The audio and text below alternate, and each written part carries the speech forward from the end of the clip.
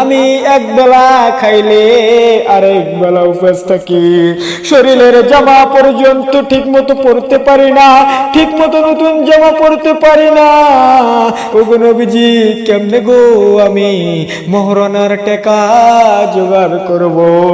এ ভাই, এবার আল্লাহর নবী ডাক দিয়ে বলেন, সাহাবীরে মন ভাঙ্গো না, মন ভাঙ্গো না, মন ভাঙ্গো না। আমি তোমাকে চারজন সাহাবীর নাম বলবো রে। এই চারজন সাহাবীর কাছে গিয়ে বলবা যে আমি রাসূল পাঠাইছি তোমাকে কিছু মোহরানা দেওয়ার জন্য, মোহরানা দেওয়ার জন্য, কিছু টাকা দেওয়ার জন্য। এবার চারজন সাহাবীর নাম বলেন। হযরত ওমর, হযরত আবু বকর, হযরত ওসমান, হযরত আলী। এই চারজন সাহাবীর নাম বললেন। এই চারজন সাহাবীর বাড়িতে গেলেন, গিয়ে বলেন রাসূল পাঠাইছে কিছু আমাকে টাকা দেওয়ার জন্য, বিবাহের জন্য, আমি বিবাহ করব। সবাই টাকা দিয়ে দিলেন। শুধু টাকা দিলেন না, শুধু তাই নয়, টাকা দিয়েও সাথে এক্সট্রা আর কিছু বকশিশও দিয়ে দিলেন। এবার টাকা নিয়ে আসলেন, নবীর রওজায় আসলেন, রাশিয়া বলেন ওগো নবীজি এই নেন সব টাকা। এবার নবীজি ডাক দিয়ে বলেন, আরে বুরাইদা, এই টাকা নিয়ে মার্কেটের ভিতরে যা রে, গিয়ে নতুন বইয়ের জন্য সোনো কিনবা, পাউডার কিনবা, লিপস্টিক কিনবা, আরো বিয়ের জন্য বিয়ের সরঞ্জাম যা যা লাগে সব কিছু নতুন বইয়ের জন্য কিনে আনবা। এবার ওই রাত্রে আর বাজারে গিয়ে যাওয়া হলো না। বিয়ের আনন্দ যে নতুন বিবাহ করে সেই জানে বিবাহের কত মজা, কি যে একটা আনন্দ ছিতে তিনি খুশিতে লাফাইতেছেন, এত খুশি। সেই দিন আর বাজারে গিয়ে হলো না।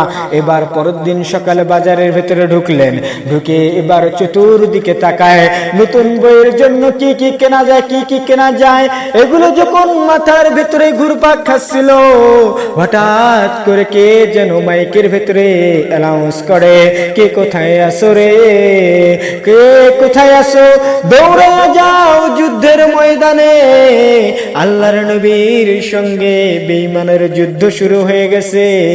এই কথাটার সঙ্গে আরেকটি কথা লাগায়া দিছে, একে রে কিয়ামতের ওই কঠিন মুসিবতের দিনে আশিক রাসূল হইয়া দাঁড়াইতে চাও, একে রে কিয়ামতের ওই কঠিন মুসিবতের দিনে আশিক রাসূল হইয়া দাঁড়াইতে চাও, দৌড়ে যাও যুদ্ধের ময়দানে। আল্লাহর রাসূলের সঙ্গে বেঈমানের যুদ্ধ শুরু হয়ে গেছে। এই খবরটা যখন কানে চলে আসলো, এবার ওই কালো সাহাবী হযরতে বুরাইদা রাদিয়াল্লাহু তাআলা আনহু চিন্তার ভেতরে পড়ে গেল, হায়রে আমি এখন বইয়ের জন্য মার্কেট করে, বিবাহ করে, বাসর ঘরে গিয়ে আমি বউ নিয়ে আনন্দ ফুর্তি করব, আর আমার রাসূল বেঈমানের হাতে মার খাবে, আমার সাহাবায়ে কেরাম বন্ধুরা বেঈমানের হাতে মার খাবে। না না না, এটা হতে পারে না, এটা কখনো আশিক রাসূলের পরিচয় হতে পারে না। এ ভাই সাথে সাথে সিদ্ধান্তটা পরিবর্তন করে ফেললেন। যেই টাকা দিয়ে বইয়ের জন্য গয়নাকাটি কেনার কথা ছিল, ওই টাকা দিয়ে একটি তরবারি কিনলো, ওই টাকা দিয়ে একটি ঘোড়া কিনলো, ওই টাকা দিয়ে যুদ্ধের সরঞ্জাম কিনে ঘোড়ায় আহরণ করে যুদ্ধের ময়দানে ভিতরে ঢুকে গেল। বেঈমান সামনে পড়লেই কুচি কাটা করে, বেঈমান সামনে টিকা থাকতে পারে না, বেঈমান সামনে পড়লেই কুচি কাটা করে। এক সময় যখন ইসলামের জয় জয় অবস্থা, এমন তো অবস্থায় বেঈমানের বাচ্চাগুলো চিন্তা করে দেখলো, এই বীর পুরুষ যদি বেঁচে থাকে তাহলে কোনোদিন তো আমরা মুহাম্মদকে মারতে পারবো না। না না না না, এটা হতে পারে না, এই বীর পুরুষকে আগে হত্যা করে ফেলতে হবে। এই ভাই কয়েকজন বেঈমান ওই কালো সাহাবী হযরত বুরাইদা রাদিয়াল্লাহু তাআলা আনহুকে গ্রাহ করে ফেললেন। এক পর্যায়ে যুদ্ধ করতে এক সময় শাহাদাত বরণ করে ফেলেন। এবার যখন যুদ্ধ শেষ হয়ে গেল, আল্লাহর নবী ডাক দিয়ে বলেন, সাহাবায়ে কিরামরা রে, যারা অসুস্থ হয়েছে, যারা অসুস্থ হয়েছে, আহত হয়েছে, কে শহীদ হয়েছে, এগুলো তালাশ করা শুরু করে দাও। যখন তালাশ করা শুরু করে দেয়, দেখে ওই কালো সাহাবী দুনিয়া থেকে বিদায় নিয়ে শাহাদাত বরণ করে ফেলেছেন। এবার সাহাবায়ে কেরামরা দেখে অবাক হয়ে গেলেন, হায়রে, এই কালো সাহাবীটার আমরা মার্কেটে পাঠাইলাম, এর না আজকে বিবাহ করার কথা ছিল, কখন রে যুদ্ধের ময়দানে ঢুকলো, আর এইভাবে নিজের শরীরটাকে আল্লাহর দ্বীনের জন্য, নবীর জন্য, ইসলামের জন্য বিলীন করে দিল।